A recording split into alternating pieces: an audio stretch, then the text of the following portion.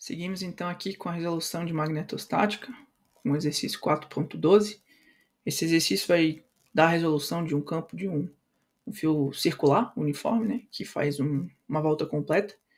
E assim como o campo do fio infinito, a gente consegue usar esse resultado e extrapolar outras estruturas que são compostas por fios circulares completos, né? No caso, discos ou estruturas semelhantes. Então esse tem um resultado bem importante que a gente vai poder usar depois em outros casos, usando o conceito do diferencial de corrente e considerando que nesse diferencial de corrente a gente tem um círculo completo e o campo do círculo vai ser dado por esse exercício 4.12, que pede para usar a lei de Biot-Savart. Então, primeiro a gente tem que escrever qual é a lei de Biot-Savart. Ela diz que o campo H gerado por um fio condutor de corrente também pode ser dado como toda a corrente que está nesse fio, dividido por uma constante que é 4 vezes π, vezes, aqui a gente tem um detalhe, a gente tem o produto dl, produto vetorial, dl, ou seja, a corrente percorre um pedaço do fio, então a gente tem um dl desse fio, projetado no sentido do raio em relação ao ponto de observação, dividido por uma constante r ao cubo, ou seja, a distância do ponto de observação até o elemento de corrente dl, que está sendo percorrido pela corrente I, ao cubo. Nesse caso aqui, o que a gente tem? Eu vou considerar um dl que está aqui, e ele está claramente com a corrente nesse sentido, né? Então eu vou assumir que o dl está no sentido da corrente, que aqui é anti-horário. Então eu tenho um dl naquele ponto, eu tenho um pedaço de fio que está descendo perpendicular ali, no caso, por conta do ponto escolhido, né? Mas ele está no sentido da volta a ser completada pela corrente I. Ele está a uma distância, e aqui eu tenho que fazer uma regra que é o seguinte: o vetor R ele pode estar do ponto P até o dl, ou do dl até o ponto P. Para o caso da lei de Biot-Savart, a gente vai fazer o vetor R apontando para o ponto P. Então eu pego o produto dl vezes o sentido do ponto P. Inclusive, se vocês fizerem a regra na mão direita, a corrente I lá em cima, ela está nesse sentido. O campo tem que sair do plano. E se eu faço dl ali embaixo, projetado no sentido R, eu também vou ter essa corrente saindo do campo, do plano, do papel. Então, para esses casos, a gente faz o R saindo do ponto de observação dl até o ponto de observação do campo. É só uma pequena restrição do método de Biot-Savart, né? Nesse caso aqui, a gente vê que não importa o ponto que eu pegar, o dl e o R sempre vão ter 90 graus. Isso é importante para a resolução, porque o H, então, vai ser a constante I sobre 4π. Essa constante eu deixo separado.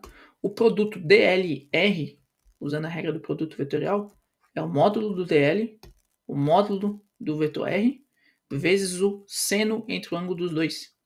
Nesse caso aqui, se eu pegar qualquer ponto, sempre que eu tiver o dl aqui, o meu raio vai estar apontando lá para a origem do círculo, que é o ponto P de observação, e eu sempre vou ter 90 graus. Então, vou pegar o seno de 90 graus, que é constante e vale 1.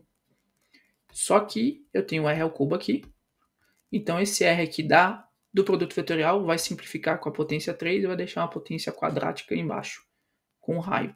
Então, meu H simplificado vale I sobre 4π vezes dl sobre o raio quadrado. Aqui, na verdade, eu não tenho o campo H, né? Eu tenho um infinitesimal do campo, porque eu vou ter que varrer todo o dl, que provavelmente vai estar em função do raio R, para assim ter o campo total, né? Ali é só o pedacinho daquele dl, gera um dH, o H completo vai ser a integral desse dH, que vai me implicar em fazer uma integral em dl. Eu preciso expressar esse dl, né? Esse dl aqui é um elemento do raio.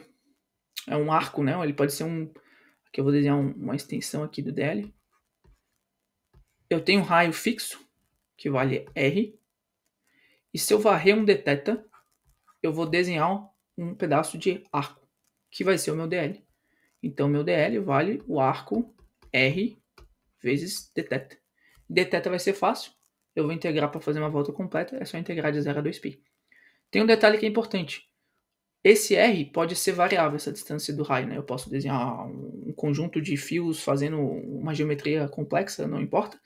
A cada pedaço desses fios eu vou ter um raio que pode ser variável. É por isso que a gente deixa como R minúsculo. Nesse caso, todos os pontos do semicírculo, do círculo, eles estão distantes a uma distância fixa, que é o R do raio, do círculo. R maiúsculo aqui no caso. Então já posso substituir que o primeiro, o meu DL, a gente já sabe quanto é que ele vale, que o I sobre 4π, ele vale o raio R vezes o dθ. E o meu raiozinho, que pode ser variável, nesse caso em particular, é constante e vale R². E aí, obviamente, o R simplifica com esse R aqui, eu vou ter só um R embaixo.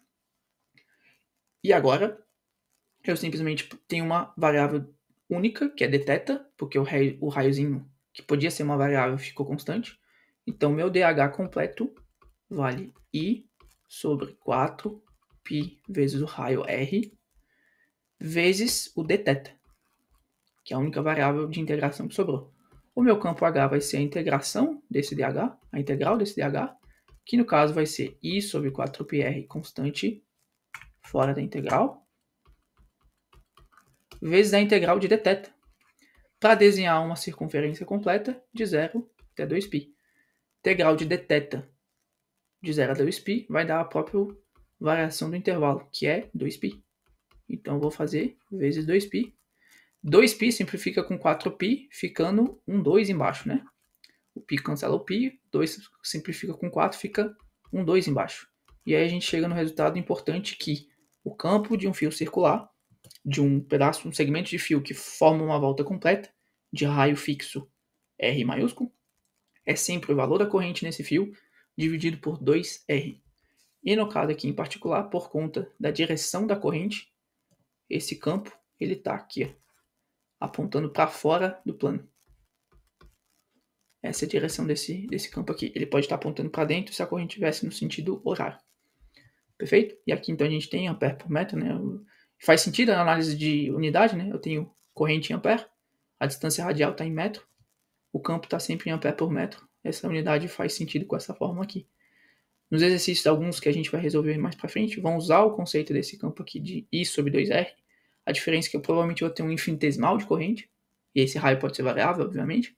E quando eu expandir esse diferencial de corrente, eu posso estar gerando uma análise de composição de estruturas, usando provavelmente JDS, né? Ou seja, uma densidade superficial, e eu consigo exprimir essa densidade, esse infinitesimal de superfície em função dos parâmetros, provavelmente o raio, o ângulo, e aí fazer integral em todos esses parâmetros, de forma a desenhar a estrutura, o que vai me permitir encontrar o campo total H, fazendo a integral do dH, que depende desse dI, onde esse dI, por ser um círculo, forma um campo fixo dI sobre 2R.